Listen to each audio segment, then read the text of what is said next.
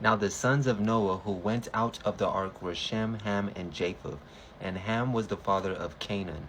These three were the sons of Noah, and from these the whole earth was populated. Genesis chapter 9, verses 18 through 19, exegesis. So there's scriptural context.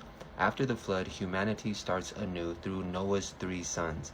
This moment is both physical and spiritual, a reboot of civilization.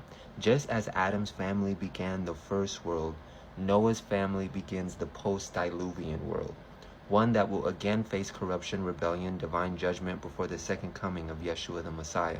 So exegesis and lineage breakdown, because there is quite a bit of importance in that. In Shem, do you have the spiritual line? Shem's name means name, literally, or renown. From Shem's lineage came the Hebrews, the Arabs, and the Assyrians. Broadly, the Semitic people.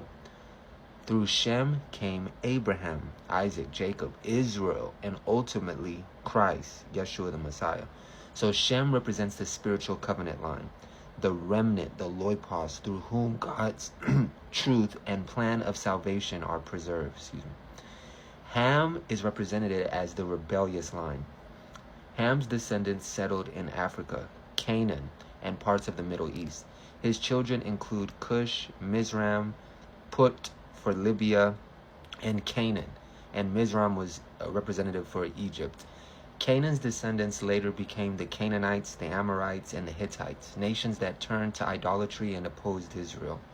So Ham's legacy represents the spirit of rebellion. Much like Cain's envy and defiance toward Abel, you see how that animosity still led through the historicity of the genealogy of Shem, Ham, and Japheth. Specifically through Shem and Canaan, just like it did Cain and Abel.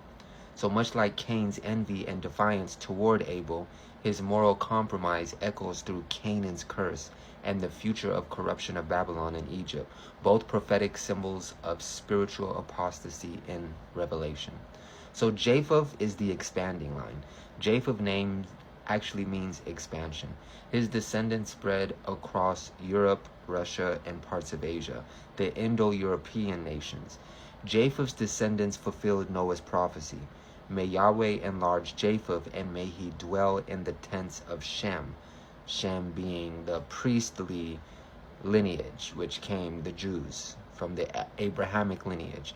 This foreshadows the Gentiles' inclusion into the covenant of grace through Christ, when the gospel extends to the ends of the earth. So the fracture of brotherhood, Cain and Abel, and their echo in history. Just as Cain's jealousy led to the unalivement of his righteous brother Abel, the same spirit of division re-emerges after the flood. So Canaan versus Shem. The Canaanites' moral corruption led to divine judgment. The Canaanites were always going into apostasy and going into opposition of the Israelites. So was Egypt. Egypt came from Ham's line. So there was a lot of Egypt oppression. Remember when Joseph went into Egypt, the Egyptians oppressed the Israelites for some years, and as well as the Babylonians. The Babylonians came from the line of Ham, and we know that Jerusalem was taken captive by King Nebuchadnezzar around 605 BC. So the conflict between false worship and true worship still carried forward from the lineage of Ham and Shem. Represents the ongoing war, the ongoing conflict, which is exemplified in the spiritual sense more than that which is physical, in the mere fact that the same thing happened in two different genealogies, beginning in Cain and Abel in the pre-flood world, and then also between Ham, Shem, and Japheth in the post-flood world. So even after creation was made new, this spiritual conflict, this great controversy still continues in that which is physical, but we see that it is more spiritual than anything.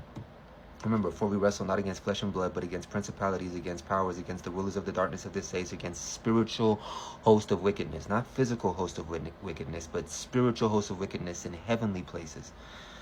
I believe that's in Ephesians. So this same Cain-like spirit will resurface in the end times when false worship, the mark of the beast, persecutes true worshipers who keep the commandments of God and have the faith of Jesus. Remember, those two things are eminent and repetitive in the story of Noah, keeping the commandments of God and having the faith of Jesus. Revelation 14:12.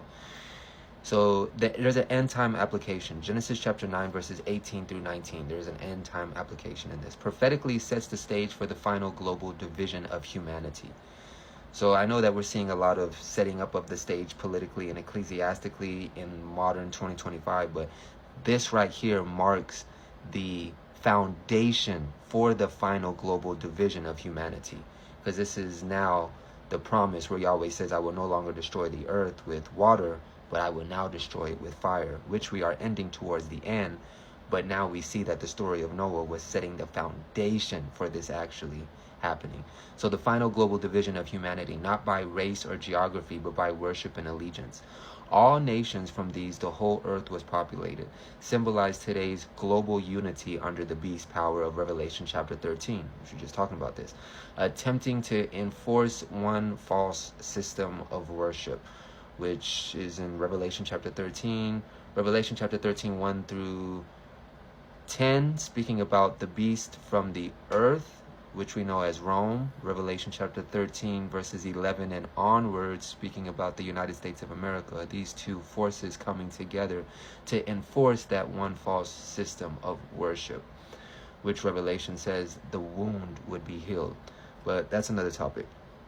Staying centered and focused on the story of Noah, just as Ham's line resisted Yahweh's covenant through Canaan's rebellion, so the world will again resist divine law in the Sunday enforcement crisis, which actually happens to be in the book of Revelation, which is how that beast pays homage to the first beast, the sea beast. The water beast will pay homage to the sea beast, to the land beast, by enforcing that Sunday crisis. So, which is the healing of the wound, and politics and church matters, ecclesiastical matters coming together. The modern echo of Cain's self-willed worship, which is actually the worship that Yahweh denied in Cain when Abel offered up the true worship. This is the same worship. The enemy's tactics has not changed. They're the same. They're specific, they're detailed, but they've always been the same throughout history. But through Shem's covenant line, spiritually represented by Christ and his remnant, or the Loipos, God preserves truth, righteousness, and obedience. The same faith that preserved Noah and his sons will preserve Yahweh's faithful in the final storm. Though humanity's divisions began anew after the flood, Yahweh's promise of salvation remains steadfast through Shem's line, fulfilled in Yeshua the Messiah, the true ark of safety.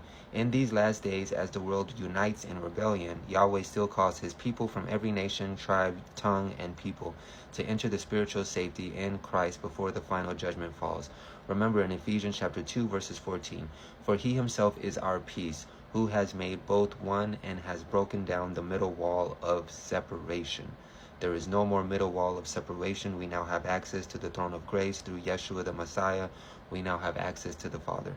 Just like Yeshua said, you cannot come to the Father unless you come through me. This was Genesis chapter 9, verses 18 and 19 exegesis.